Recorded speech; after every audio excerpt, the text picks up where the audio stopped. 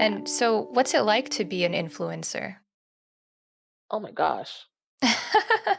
I like it's weird and scary and overwhelming. That's why I don't check my follower count.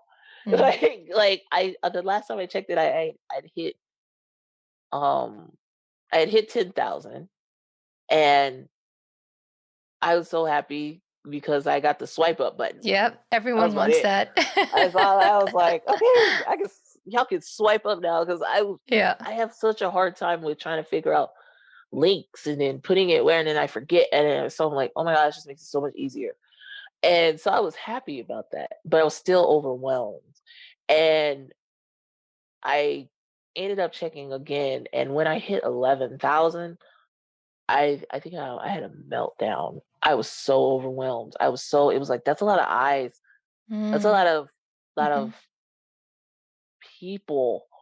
That's like a lot, right? And I didn't even I had to have my husband had to talk me off of talk me down, like bring me down, because it was just like so much. And I was like, I'm not checking the count anymore. So I haven't. I was Okay. not going to check it. And then I accidentally had to check it because I had to change my bio link.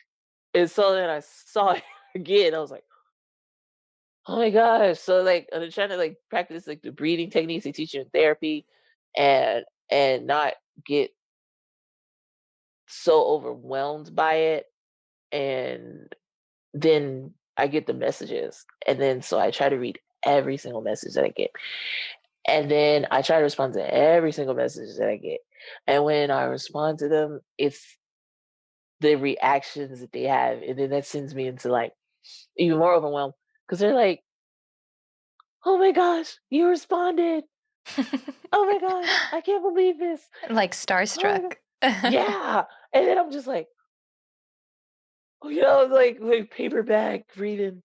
Like, 'cause I like, go overwhelmed, and like some will send like the video messages so they don't like type, and they're crying Wow. in it. That just shows the impact that you're having on them. That's amazing. That's what my husband said, and I'm like, I like it, and then I'm like, oh my gosh, like I don't. It's like I'm happy, and then I'm like overwhelmed at the same time. It's like Right. hard to describe the feeling. It's Yeah. just like Do you feel some pressure that you need to like live up to some expectation? I do, I do sometimes. Mhm. I feel like I feel like sometimes that people expect me to always be happy or like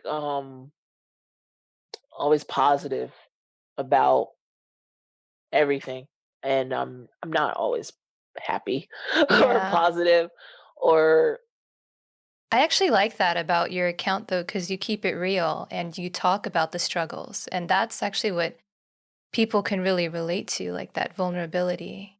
It yeah, shows that you're a I human. had to add that in there because I went through a period where it was like happy. I went through like it was all happy, and I was like, gosh, I'm not this happy.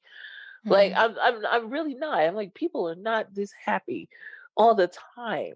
And I get into these states though where I am happy so much. And I'm so happy to the point where it hurts.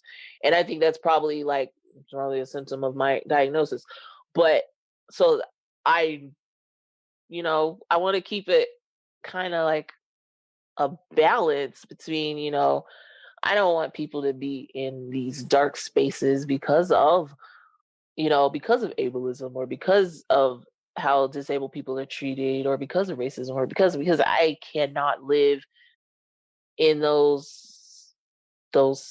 spaces for too long, but I do want to show that you know there are a lot of challenges in our lives. There are a lot of struggles that we all face, and I want to be able to balance that well without having it overtake my message. I don't want to. I go to some people's accounts and it's just like I just want to cry. Like the entire time, I want to cry. And I don't want to be like relatable in that way. I want to show, you know, happiness and positivity, but also, we got a lot of work to do. There's a lot Yeah. of things we need to fix. And so I try to do that. I hope that it comes off like that. I know to some parents, because I do get their messages, sometimes they feel like I'm too positive with with autism. And It's like you can never win, right? Like someone's always going to say right. something. It's Yeah, like you're damned if you do, you're damned if you don't. right. And what's weird is like I actually understand what they're saying. I get where they're coming from. And I think that also helps me though, because I think that being a parent and being autistic, it helps me a lot to kind of understand their perspectives. Most of the parents that do send me the messages that say that, they do still love and appreciate my content. You get those few that are a little bit, really Hmm. angry about it, but they want to be where I'm at. They want that. And it's just they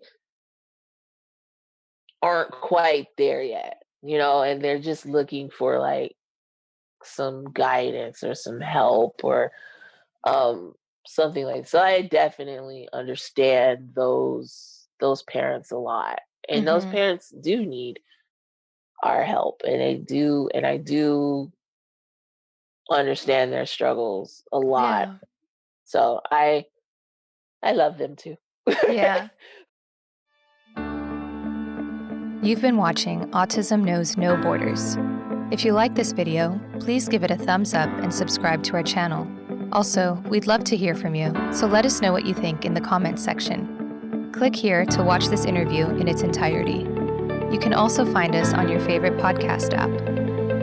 Tune in each week for engaging conversations of how people across the globe are inspiring change and building community. Thanks for watching. Take care.